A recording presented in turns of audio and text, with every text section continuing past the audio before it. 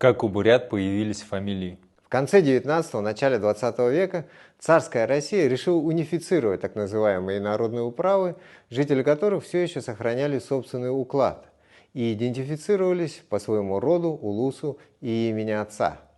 Так, в документах 1914 года мой прадед значится как Баргаев по имени отца, а уже в документах 1916 года он проходит как Санхядов по имени своего деда, которого он и взял в качестве фамилии.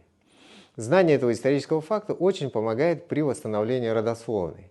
Так, представителям моего поколения нужно поднять свидетельство о рождении своего деда по отцу, где указаны имя, отчество его отца, то есть имена прадеда и прапрадеда. После этого достаточно добавить имя, от которого пошла фамилия, и уже можно представляться в традиционном стиле, называя 6 поколений своего рода. Жишень, Би Сантьяде Баргэм, Борхобим Исаге, Сашин Сережеп.